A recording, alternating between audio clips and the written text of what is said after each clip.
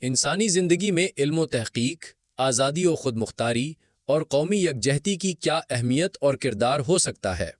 دنیا میں ایسے کئی ممالک ہیں جو جدید ٹیکنالوجی کی دوڑ میں پیچھے رہ گئے، لیکن کچھ ممالک نے اپنی مدد آپ کے تحت خود انحصاری کا راستہ چنا۔ شمالی کوریا ان میں سے ایک ہے جس نے تمام تر پابندیوں، عالمی تنہائی اور معاشی مشکلات کے باوجود دور مار میزائل ٹیکنالوجی جیسے پیچیدہ نظاموں کو تیار کیا اور بعض ممالک کے ساتھ مخصوص نوعیت کا تکنیکی اشتراک بھی کیا۔ کہا جاتا ہے کہ شمالی کوریا نے بعض مواقع پر روایتی تجارت کے بجائے بارٹر سسٹم یعنی اشیاء کے بدلے اشیاء کے تبادلے پر مبنی معاہدے کیے، جن میں کپڑے، برتن، پرانی مشینری یا دیگر روزمرہ اشیاء شامل تھیں۔ اگرچہ یہ بات حیران کن لگ سکتی ہے، لیکن حقیقت یہ ہے کہ وسائل کی کمی کے باوجود اس ملک نے کچھ ایسی صلاحیتیں حاصل کیں جو بہت سے ترقی پذیر ممالک کے لیے قابل تقلید مثال ہے۔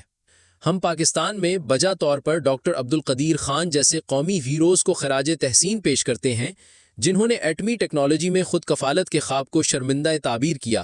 تاہم یہ بھی سچ ہے کہ اس سفر میں کچھ ممالک نے بظاہر پردے کے پیچھے تعاون فراہم کیا، جن میں شمالی کوریا کا بھی نام لیا جاتا ہے۔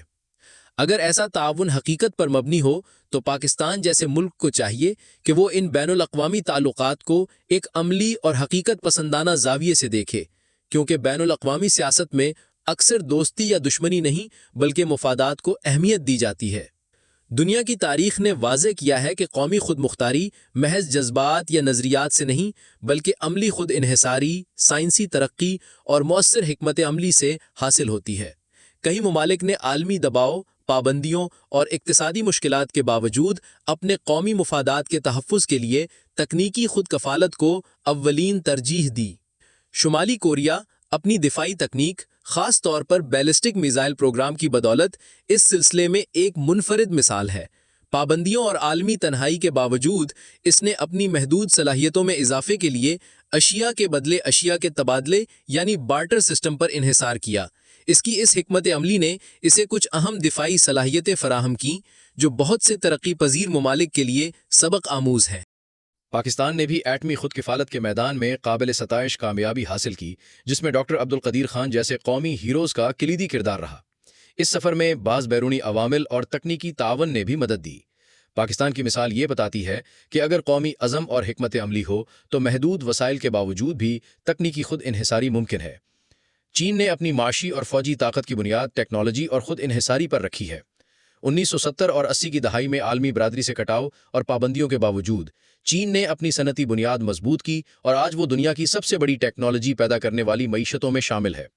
چین نے اپنی ٹیکنالوجی، فضائی دفاع اور انفراسٹرکچر میں خود کفالت کے ساتھ ساتھ بین الاقوامی تعلقات میں بھی توازن قائم رکھا ہے۔ روس نے سرد جنگ کے دوران اور اس کے بعد بھی اپنی دفاعی اور خلائی ٹیکنالوجی پر بہت سرمایہ کاری کی۔ اقتصادی پابندیوں کے باوجود روس نے اپنے دفاعی نظام، ایویشن اور خلائی پروگرام میں خود انحصاری برقرار رکھی اور جدید ہتھیاروں کی تیاری میں عالمی سطح پر اہم کردار ادا کیا۔ اس کے علاوہ اسرائیل کو بھی جدید ٹیکنالوجی اور دفاعی خود مختاری کا ماہر مانا جاتا ہے۔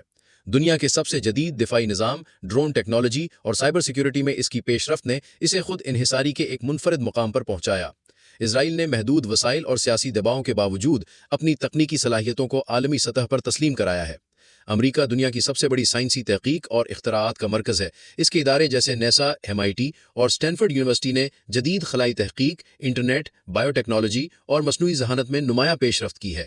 امریکہ کی ٹیکنالوجیکل برتری نے اسے عالمی اقتصادی، فوجی اور ثقافتی قیادت دی ہے۔ جرمنی نے صنعتی تحقیق اور انجینئرنگ کے میدان میں اپنی عالمی شہرت قائم کی ہے۔ جرمن کمپنیوں نے آٹوموبیل، مشینری اور ماحول دوست توانائی کے شعبے میں جدت اور معیار کے لیے عالمی سطح پر مثال قائم کی ہے۔ جرمنی کی اقتصادی ترقی اور یورپی یونین میں قیادت اسی تحقیقی اور صنعتی خود مختاری کا نتیجہ ہے۔ جنوبی کوریا نے بھی ایک زبردست ترقیاتی معجزہ دکھایا ہے۔ کم وسائل اور مشکلات کے باوجود تحقیق و ترقی پر سرمایہ کاری کے ذریعے اس نے الیکٹرانکس، موبائل ٹیکنالوجی اور کارکردگی میں عالمی معیار قائم کیا ہے۔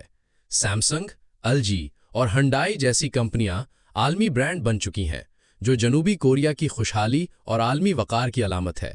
آپ اس معاملے میں کیا رائے ہے؟ خدمت انسانی اور علم و حکمت کے فروغ میں اپنا کردار ادا کریں اور کمنٹ سیکشن میں اپنی آزادانہ رائے کا اظہار فرمائیں۔ آپ اس معاملے میں کیا رائے ہے؟ خدمت انسانی اور علم و حکمت کے فروغ میں اپنا کردار ادا کریں اور کمنٹ سیکشن میں اپنی آزادانہ رائے کا اظہار فرمائیں۔